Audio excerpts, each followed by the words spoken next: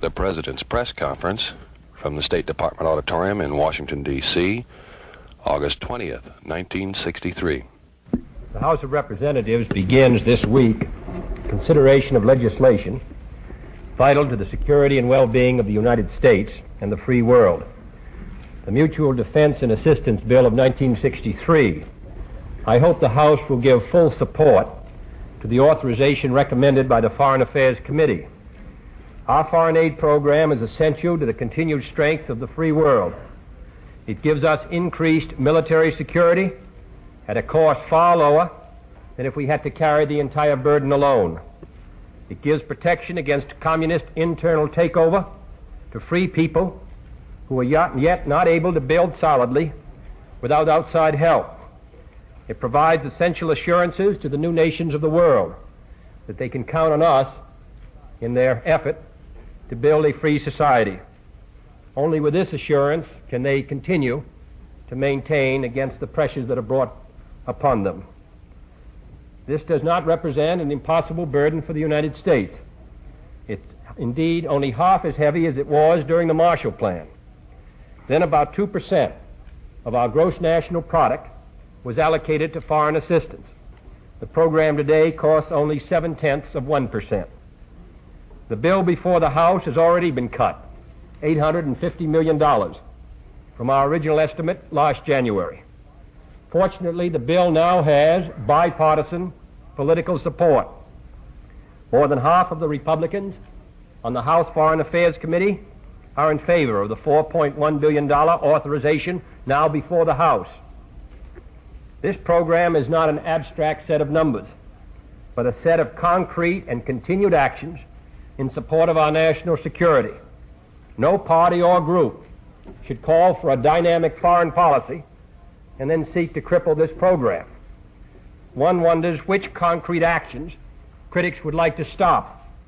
Should we scrap the Alliance for Progress, which is our best answer to the threat of communism in this hemisphere?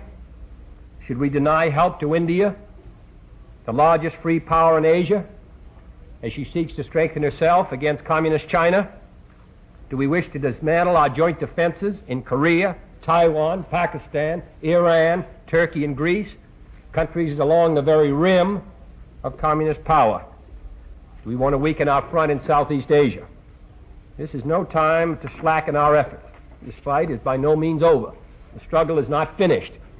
And therefore, as has been said on many occasions before, however tired we may get of this program, our adversaries are not tired. I don't think this country is tired. The cause of freedom should certainly not be fatigued, and therefore I think it's necessary that we continue to make this effort. I hope the House will support it. 80% of these funds are spent in the United States, and I think that it's necessary and essential, as the Secretary of State, the Secretary of Defense, General Clay, and others, that the House figure be passed. Our experience shows us that the appropriations traditionally has been less, and I think it's incumbent upon us to support the action of the House Foreign Affairs Committee. I hope the House of Representatives will. Mr. President, the Joint Chiefs of Staff have approved a series of safeguards they say will maintain our security under the Limited Test Ban Treaty. But there seems to be some feeling in Congress that perhaps these safeguards won't be carried out as vigorously and as fully as some of the members of Congress would like. What do you have to say to that, sir? Well, I don't know where that feeling would arise. It's been raised. In view of the fact that the four safeguards, as they suggested in the Chiefs of Staff, were all mentioned in my address to the Congress, which preceded their meeting. There's a letter going to the Congress in response to a request from the Senate Armed Services Committee and the Foreign Relations Committee, and we are going to describe in detail what steps we're going to take to implement the four safeguards. Now, the four safeguards consist of one, that we should keep our laboratories activated and vital. I've already met with Dr. Foster and Dr. Bradbury. We've talked with others. We're going to do that. Secondly, that we should prepare a standby so that if the treaty should be breached, abrogated, or if we should have what the treaty language describes as an imminent threat to our security, we would be prepared to resume testing. Already, we have begun to prepare Johnson Islands for that unhappy eventuality if it should occur. $22 million has been already allocated. $11 million has already been put out in contract. We are dredging the harbor. We're building some piers. There are dredges, 2 dredges already out there. So I can assure you that we're going ahead very rapidly in that area. Third, I think they suggested a vigorous series of underground tests. We've already, in the last 2 years, we've conducted 97 tests underground. That's quite vigorous. And we are going to continue to carry on, as I've said, a vigorous series of tests, so that I think that the areas of concern, the feeling of the Joint Chiefs, when they endorsed the test ban, that these areas should be met. I think that and the fourth area, as I remember, was that we improve our methods of detection. And on that, we have additional recommendations to make, which will be unanimously endorsed, I think, by the Joint Chiefs of Staff. So we are just as anxious. We appreciate the concern of the members of Congress, but this matter is of concern to us also, and I can assure them we're going to do the job. Mr. President, This is probably the last time we'll have a session with you before the August 28th civil rights demonstration here. I wonder if you have any new thoughts on that march and whether you intend to participate or be involved in the activities that day beyond conferring with a group of leaders of the movement. No, I've already given my view at a previous press conference, and I will, as I've said, I've been asked for an appointment. I will be glad to see the leaders of the organizations who are participating on that day. President? Yes, let's go. Dr. Teller has charged that the administration curtailed a number of the atmospheric tests last year for what he called political reasons in order not to alienate public opinion. And Senator Humphrey has called this a very serious charge. Could you say whether those atmospheric tests were curtailed and why? No, we agreed. We had to set up a committee in the National Security Council headed by Dr. Seaborg, and we heard recommendations from the various laboratories, Los Alamos and Livermore, from the AEC, from the Department of Defense, and others, what tests would be most valuable. Obviously, we don't like to test in the atmosphere unless the test is essential. Every test in the atmosphere produces fallout, and we would be, it seems to me, remiss in not attempting to keep the number of tests to the minimum consistent with our national security. As you remember, there were 28 atmospheric tests. 28 atmospheric tests, 97, as I've said, underground tests. That's quite a lot of tests. Before that, there was a 3-year moratorium where there were no tests, underground or in the atmosphere. In addition, as you recall, we have to proceed with some care in deciding what tests. You remember one test went out and built an artificial Van Allen belt, which was far different from what had been imagined, which could have endangered our whole space program and indeed that of any other country. So we kept a careful eye, and we in fact did more tests, several more tests than we had originally planned 6 months before. So I don't think that the charge is valid. Quite obviously, we didn't test unnecessarily. Quite obviously, there may have been tests that Dr. Teller would like to have run. I don't know about that. But every test was considered by the National Security Council, was considered by the group of principals, of which Dr. Seaborg was the chairman. We carried out, as I say, several more tests, as I recall, than we had originally planned. We carried out in all 28. There may have been, as I say, several tests that different scientists wanted to run at one point or another. But I think we did the major tests, and I think they were an impressive series. But it'd be very difficult, I think, to satisfy Dr. Teller in this field. Yes. Mr. President, have you narrowed your search for a new Postmaster General? And are you seeking a man with a business background or a political background? The search is narrowing, but we haven't. There are other fields that are still to be considered, including even a postal background. Mr. President. Mr. President, the ranking House Republican expert on atomic energy says that in spite of all administration denials, he's sure that there was a side agreement at Moscow.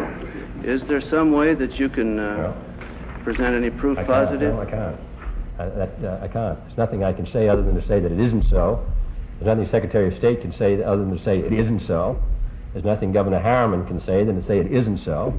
There's nothing the Prime Minister of England can say who participated in it. Lord Hailsham and Lord Hume say that it isn't so. Now, we can't prove it.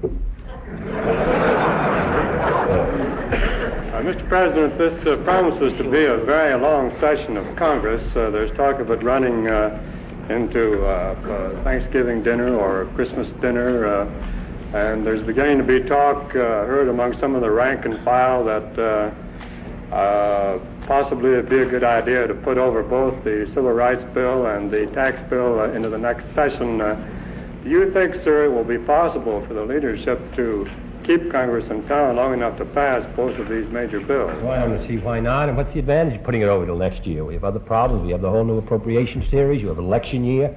Good many excuses next year to get out of town. It seems to me this is the year for us to consider these pieces of legislation. I think there should be a vote on both of them this year. And they're both very important. The civil rights legislation represents a response to a very serious national crisis. I don't think it's a matter that should be put off till next year. The tax bill was recommended in January. It has not come to the House floor yet. It will come in early September. It should be possible for the Congress of the United States to dispose of this issue this year, 12 months. This is a matter which affects employment, jobs, our economic prospects, the struggle against a recession. And we're talking about a tax cut beginning in January '64. And we're talking about the state of the economy through the next 6 months, which I think is predicated in part upon a possible tax cut. If that proved to be disappointing and you started all over again in January, when would you get it to a vote then? May or June or July of next year? And what would happen to the economy in the meanwhile? I think it's very important we get a vote on both of these this year, and I think that most congressmen will agree that they should meet their responsibilities on two very vital matters, and before they go home should have voted on these matters. I hope up, but at least voted on them. Yeah. Sir, there have been reports that if the limited nuclear test ban treaty is ratified, that you and Prime Minister Macmillan and Soviet Premier Khrushchev might go to the United Nations and register it there. If so, if the treaty is ratified, do you see a possibility of conferring with them there and with other leaders such as Marshal Tito? No, there's been no such plan. It has been suggested I might speak at the United Nations, but I know of, and no decision's been made on that. But as far as any ceremony of ratification or summit meeting involving ratification at the UN, I would think that'd be very unlikely. Mr. President, in your view, what do you think the effect of the August 28th march will be, both on the country and on the Congress? I think the purpose, of course, is to attempt to bring to the attention of the Congress and the country the strong feeling of a good many thousands of citizens. I don't know, of course, I don't know how many are going to come. What we're really talking about is a problem which involves 180 million people. Not 180 million people, it seems to me, have elected the Congress and elected some of us to attempt to deal with that matter. So that this issue does not stand or fall on the August 28th. The August 28th is a chance for a good many people to express their feeling, but it's hard for them, a lot of other people, to travel. It costs them money. Many of them have jobs, so that I think that what we're talking about is an issue that concerns all of our people and must, in the final analysis, be settled by the Congress and by the executive branch working with 180 million people.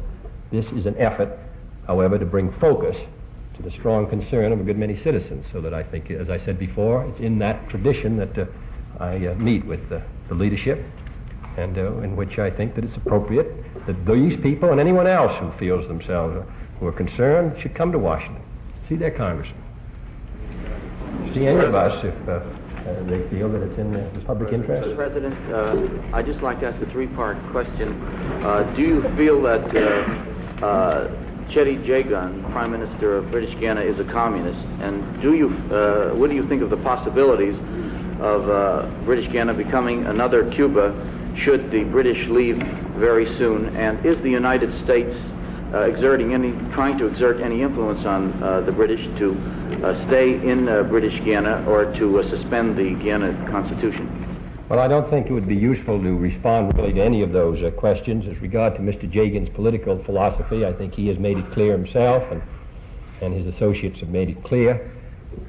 The British still exercise a responsibility in the matter, and I think that we should leave it to them to exercise that in a responsible manner. As to what might happen under hypothetical conditions in the future, quite obviously the United States government is concerned about what happens in this hemisphere and observes matters in this hemisphere closely. But I think it's very important that we point out that this is primarily a British matter, and we should leave the judgment to them. Mr. President, in case that serious negotiations will be started with the Russians around the proposal to place some stationary control posts on both sides of the Iron Curtain, in what area should these control posts be stationed according to the United States point of view, and could it be only in both parts of Germany? No, I think we're a good long way from reaching any conclusions or any position on the question of posts. This is a matter which I think would have to be discussed. I think it's a matter that is being discussed. It has been discussed since it was first put forward 4 or 5 years ago. It is being discussed today in the NATO Council. It is a matter on which I don't think the United States will have a United States view, but I think that there will be a NATO view, and that view, I think, will be evolving after a good deal of consultation. So that in answer to your question, there is no, I don't think it would be proper to refer to an American view. I think this is a matter which we're going to have to work out in consultation, and then after the Allies have consulted about it and come to conclusions, then I would imagine there may be conversations between the Allies and the Soviet Union. But we're a good long way from that right now. Mr. President. Yes, Yes. Mr. President, some Negro leaders are saying that, like the Jews persecuted by the Nazis, the Negro is entitled to some kind of special dispensation for the pain of second-class citizenship over these many decades and generations. What is your view of that in general? And what is your view in particular on the specific point that they are recommending of job quotas by race?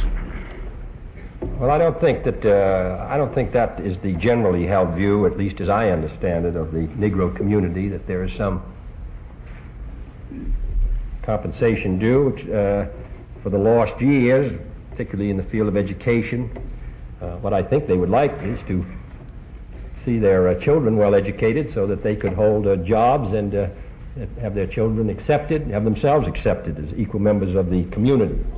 So I don't think we can undo the past. In fact, the past is going to be with us in a good many years in uneducated men and women who lost their chance for a decent education. But we have to do the best we can now. That's what we're trying to do. I don't think quotas are a good idea.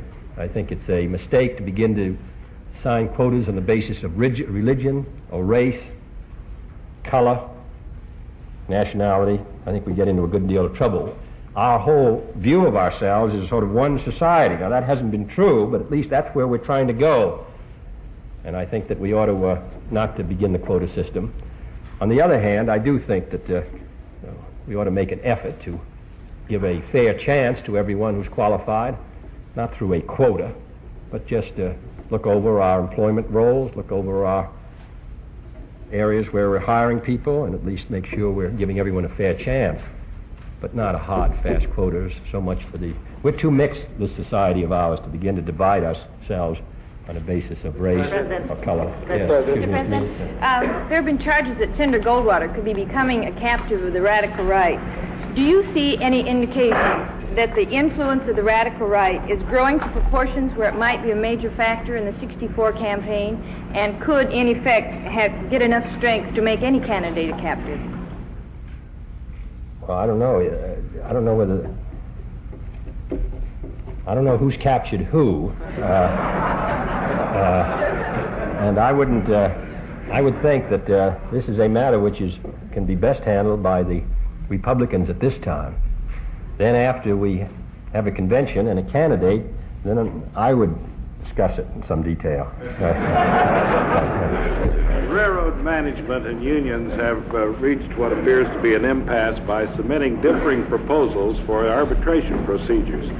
Does this mean that the administration will now revise its proposals for compulsory arbitration in Congress? Now, I understand that there's going to be a meeting tomorrow morning at 9 o'clock of a select group of the Senate Commerce Committee who will meet with the parties with a proposal for a settlement of the dispute. Then we'll have a better idea if we see if this proposal is accepted by both of the parties or one of the parties. If it's not accepted by the parties, then the Senate Commerce Committee must make a judgment as to whether they will accept the legislative proposals that we set up or some proposal of their own. But I think we ought to have an answer to your question by tomorrow morning. Yes, Mr. President, you mentioned the economy in replying to a question about the tax bill. Could you appraise the economy at this stage? How are we doing? How is the economy going? Good, sluggish, bad? I'd say good. I think it's slightly better, well, not much better, but slightly better than was estimated in January. So that looking over I think the Federal Reserve Board statistical comparison based on the 57-59 base is 100, was 119 in January, it's 127 now. It rose, I think, a point in the last month, so that unemployment is 5.6%. Factory hours are strong, so I would say the state of the economy is good. What we're concerned about, of course, is what's going to happen for the rest of this 63 and 64, because we've now run from the winter of 61, fall of 60 and the winter of 61 when we had our downturn, 58 the downturn, 60 and 61. We've now run a pretty steady, with the exception of the difficulties of June of 62. We've had a pretty steady rise. Of course, you have to have a very substantial rise in order to take care of the number of people coming into the labor market. What I'm concerned, therefore, is that the tax bill be passed if we're going to see 64 another good year. But in answer to your question, standing as we do right now, I'd say the state of the economy is good. What we must be concerned about always, of course, is the future. That's why I consider the tax bill so essential.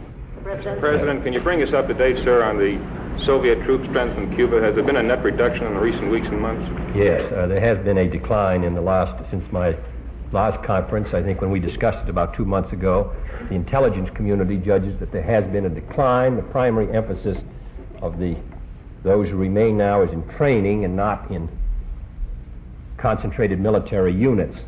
But there are still Russians there, and this is still a matter of concern to us.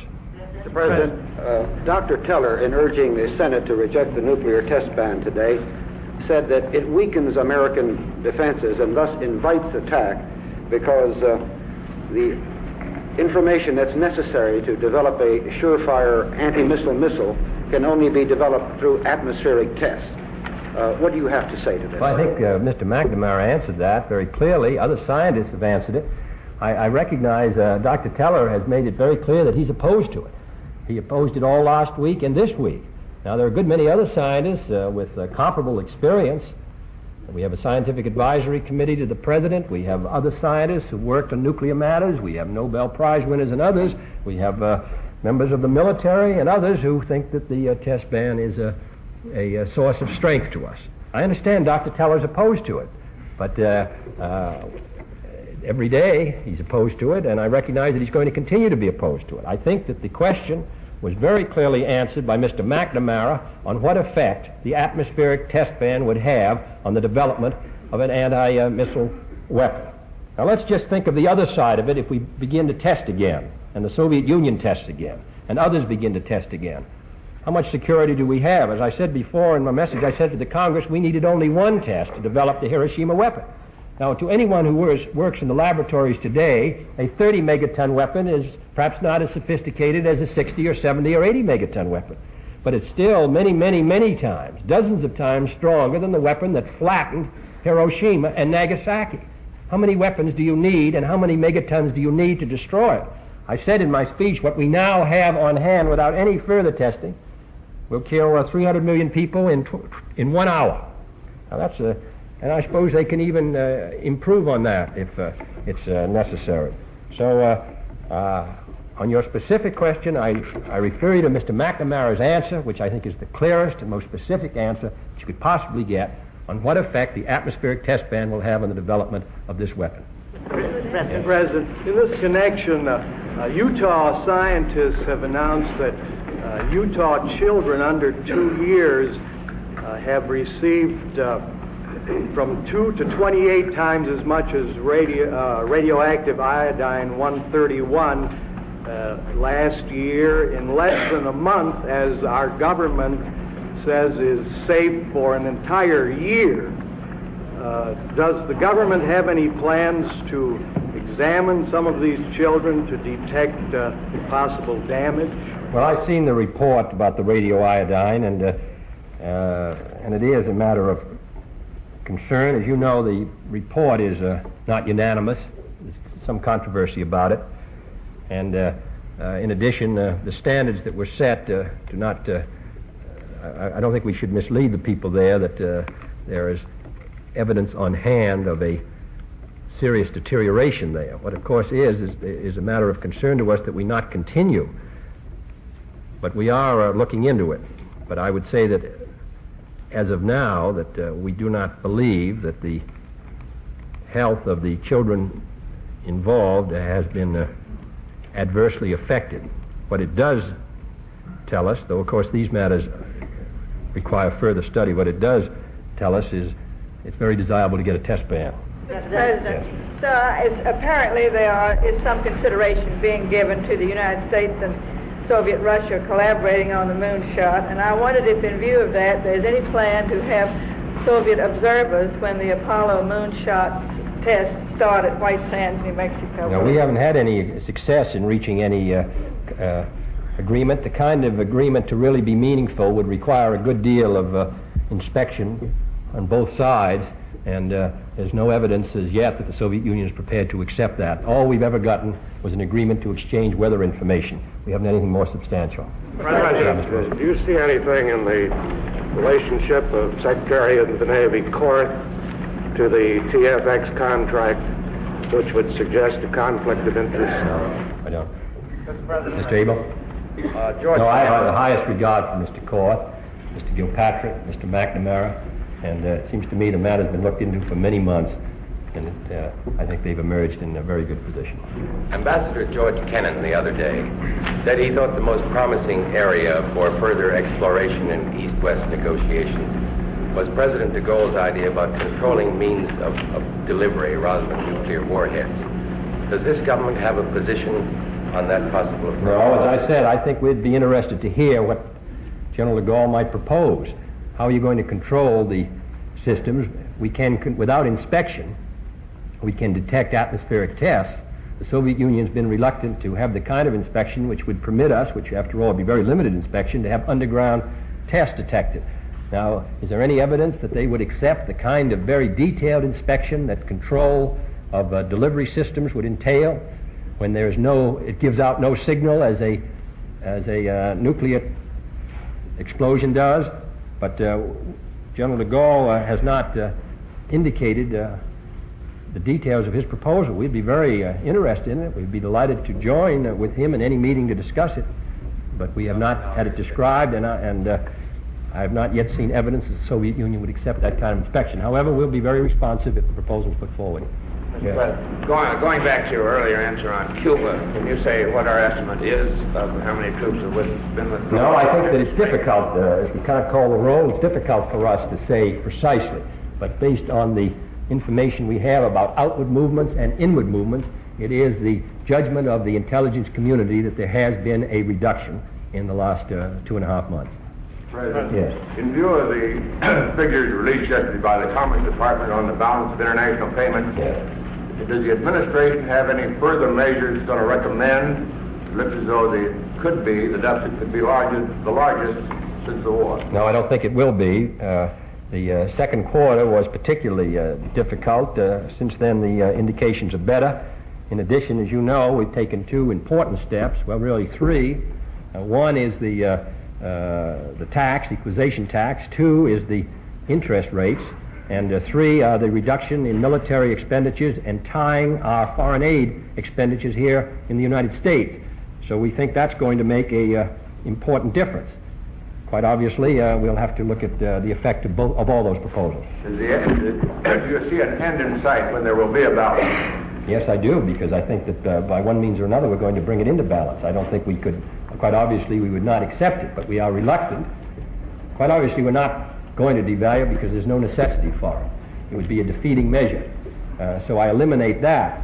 It may not be necessary for us to proceed any further. You can see already the effect of even the rather limited steps we've been taking, two effects. One, the effect in Canada and Japan of the equalization tax, which shows the deflationary effect of this kind of restriction, and therefore we're reluctant to do it.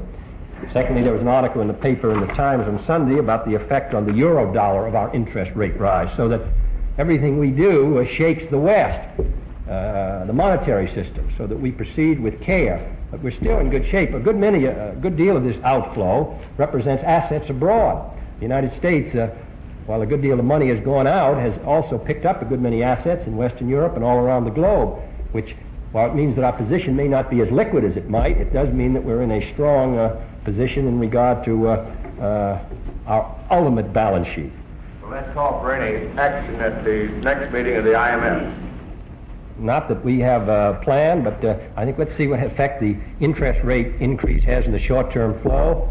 This tax can be important, and these cut down on our defense and our foreign can be important, and there are other steps we may be able to take.